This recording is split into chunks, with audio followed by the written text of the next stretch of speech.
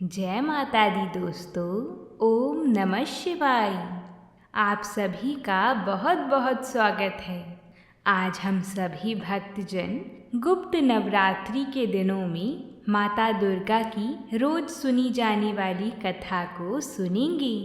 इस कथा को गुप्त नवरात्रियों में नित्य ही नियम से सुनना चाहिए। इस कथा को सुनने वाले पर या पढ़ने वाले पर माता की विशेष कृपा बरसती है, साथ ही उसकी मनोवांछित इच्छाएं पूर्ण होती हैं। आइए माता का ध्यान करके कथा को शुरू करते हैं और सुनते हैं माँ दुर्गा की ये कथा। और अगर आप सभी को ये कथा अच्छी लगी तो वीडियो को लाइक और कमेंट में जय माता दी जरूर लिखिएगा। जयकारा शेरा वाली दा, बोल सांचे दरबार की जय। प्राचीन काल में चैत्रवंशी सुरथ नाम का एक राजा राज्य करता था।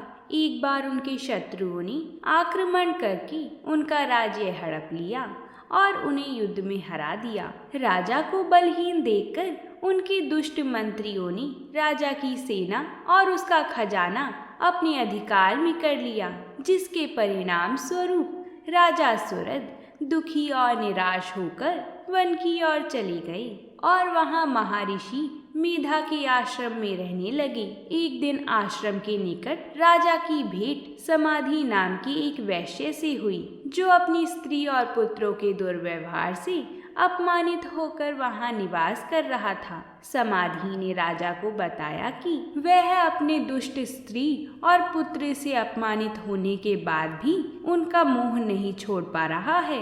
उसके चित्त को शांति नहीं मिल पा रही है। इधर राजा का मन भी उसके अधीन नहीं था। राज्य, धन आदि की चिंता अभी भी उसे बनी हुई थी, जिससे वह बहुत दुखी थे। उसके बाद दोनों महर्षि मेधा जी के पास गए। महर्षि मेधा जी से यथा योग्य संभाषण करके दोनों ने वार्ता आरंभ की। उन्होंने बताया कि यद्यपि हम दोनों अपने सब जनों से अत्यंत अपमानित और तिरस्कार होकर यहाँ आए हैं, फिर भी उनके प्रति हमारा मोह नहीं छूटता है। इसका क्या कारण है? महर्षि मेधा जी ने कहा, मन शकित के अधीन होता है।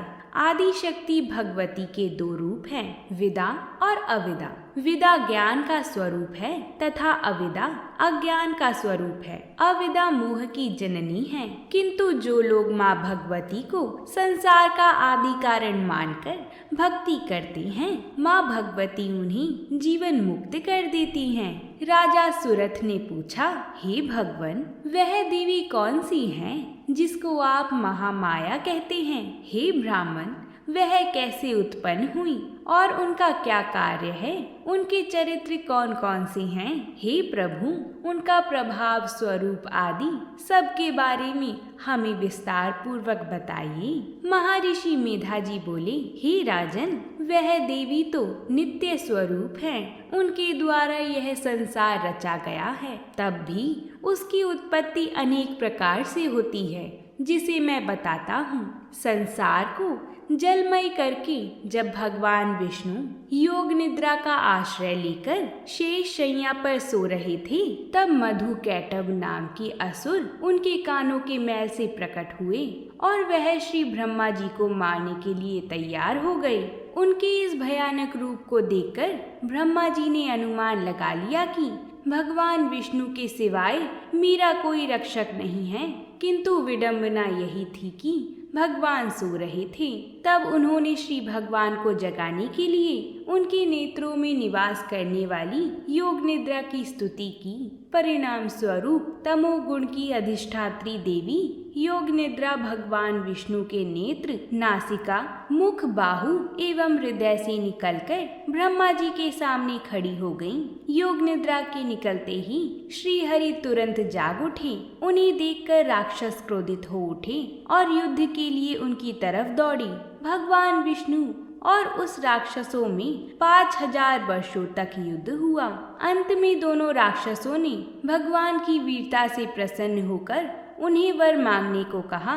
भगवान ने कहा, यदि तुम मुझ पर प्रसन्न हो तो अब मेरे हाथों मर जाओ, बस इतना ही वर मैं तुमसे मांगता हूँ। महर्षि मेधा बोली। इस तरह से जब वो धोखे में आ गए और अपने चारों ओर जल ही जल देखा तो भगवान से कहने लगी, जहाँ पर जल ना हो उसी जगह हमारा वध कीजिएगा। ऐसा कहकर भगवान श्री हरि ने उन दोनों को अपनी जांघा पर लिटाकर उनके सिर काट डाले।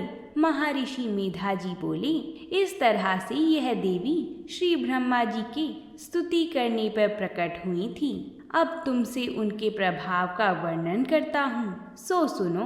प्राचीन काल में देवताओं के स्वामी इंद्र और असुरों के स्वामी महिषासुर के बीच पूरे 100 वर्षों तक घोर युद्ध हुआ था। इस युद्ध में देवताओं की सेना परास्त हो गई थी और इस प्रकार देवताओं को जीतकर महिषासुर इंद्र बन बैठा था।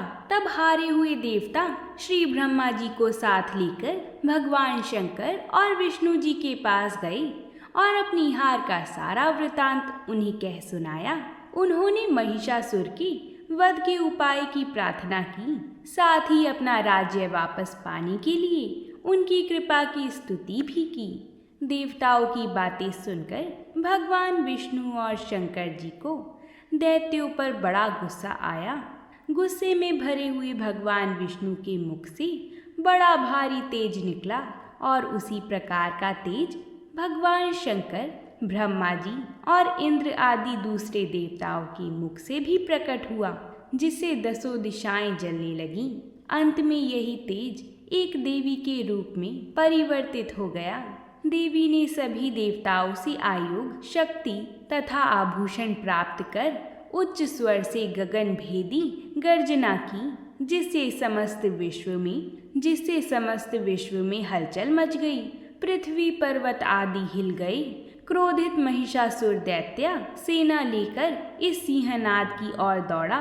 उसने देखा कि देवी की प्रभा से तीनों लोक प्रकाशित हो रहे हैं। महिषासुर ने अपना समस्त बल और छल लगा दिया, परंतु देवी के सामने उसकी एक न चली। अंत में वह देवी के हाथों मारा गया। आगे चलकर यही देवी शुंभ निशुंभ नामक असुरों का वध करने के लिए गौरी देवी के शरीर से उत्पन्न हुई। उस समय देवी गौरी हिमालय पर विचर रही थीं। जब शुंभ निशुंभ के सेवकों ने उस परम मनोहर रूप वाली अंबिका देवी को देखा तो तुरंत अपने स्वामी के पास जाकर कहा, महाराज, दुनिया के सारे रत्न आपके अधिकार में हैं। वह सब आपके यहाँ शोभा पाते हैं। ऐसी ही एक स्त्री रत्न को हमने हिमालय की पहाड़ियों में देखा है। आप हिमालय को प्रकाशित करने वाली उस दिव्य कांति युक्त इस देवी का वरण कीजिए। यह सुनकर दैत्यराज शुंभ ने सुग्रीव को अपना दूत बनाकर देवी के पास अपना विवाह प्रस्ताव भेजा। देवी ने प्रस्ताव को ना मानकर कहा, जो मुझसे युद्ध में जीतेगा मैं उससे विवाह कर लूंगी। यह सुनकर असुरों के क्रोध का पारा ना रहा और उसने अपने सेनापति धूम्रलोचन को देवी को केशों से पकड़कर लाने का आदेश दिया। इस पर धूम्रलोचन 60,000 राक्षसों की सेना साथ लेकर देवी से युद्ध के लिए वहां पहुंचा और देवी को ललकारने लगा। देवी ने सिर्फ अपनी हुंकार से ही उसे पूरा भस्म कर दिया और देवी के वाहन सिंह ने बाकी असुर सेना का संहार कर डाला। इसके बाद चंड मुंड नाम के दैत्य को एक बड़ी सेना के साथ युद्ध के लिए भेजा गया। जब असुर देवी को पकड़ने के लिए तलवार लेकर उनकी ओर बढ़े, तब देवी ने काली का विकराल रूप धारण करके उन पर टूट पड़ी।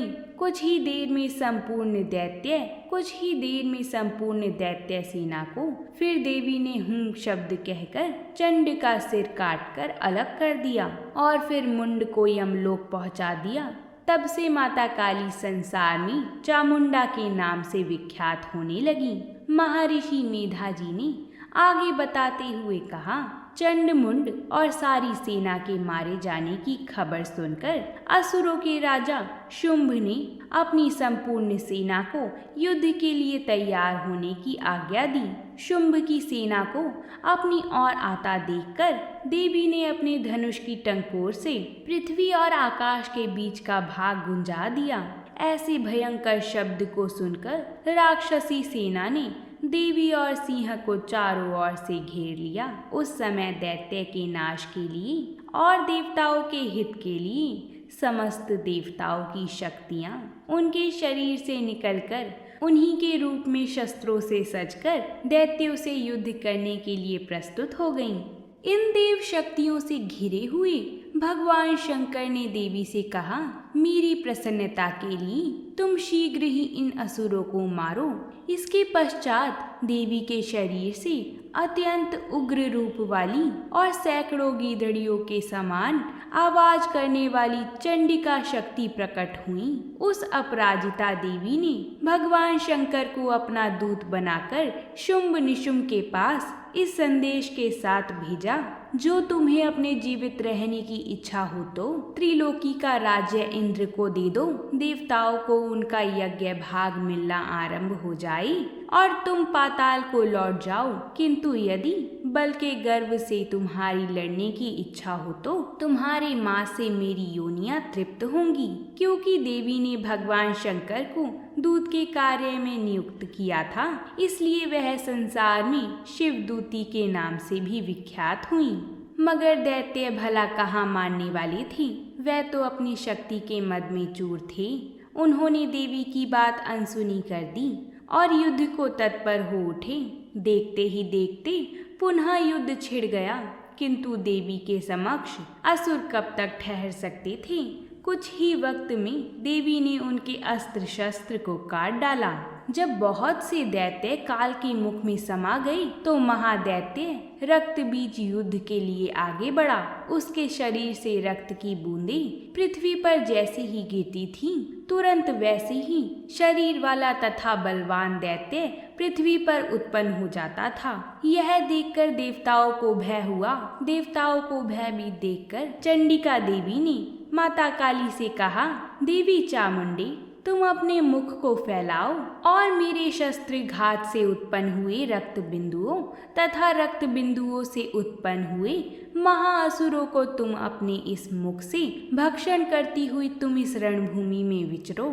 इस प्रकार उस दैत्य का रक्त क्षीण हो जाएगा और वह स्वयं नष्ट हो जाएगा। इस प्रकार अन्य दैत्य उत्पन्न नहीं होंगे। माता काली से इस प्रकार कहकर चंडिका देवी रक्त बीज पर अपने त्रिशूल से प्रहार करने लगी और माता काली देवी ने अपने मुख में उसका रक्त ले लिया। माँ काली के मुख में उस रक्त से जो असुर उत्पन्न हुए, उन्होंने उनका भक्षण कर लिया। चंडिका देवी ने उस दैत्य को वज्र, बाण, खड्ग इत्यादि से मार डाला। महादैत्य रक्त बीज के मरते ही देवता अत्यंत प्रसन्न हुए और माताएं उन असुरों का रक्त पीने के पश्चात उद्यत होकर नृत्य करने लगीं।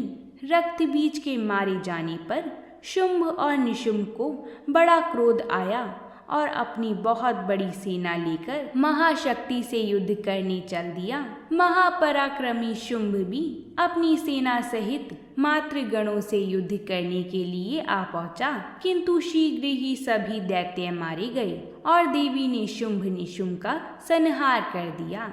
सारे संसार में शांति हो गई और देवतागण हर्षित होकर देवी की वंदना करने लगे। इस कथा को सुनकर महर्षि मेधाजी ने राजा सुरद और वर्णिक समाधि से देवी सतवन की विधिवत व्याख्या की, जिसके प्रभाव से दोनों नदी तट पर जाकर तपस्या में लीन हो गए।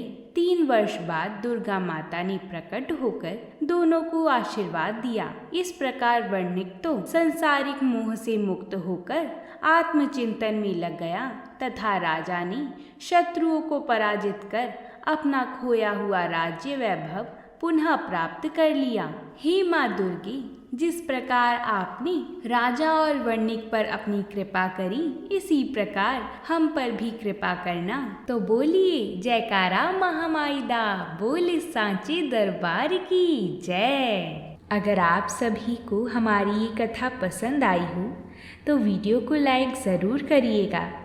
प्रेम से बोलिए जय माता दी।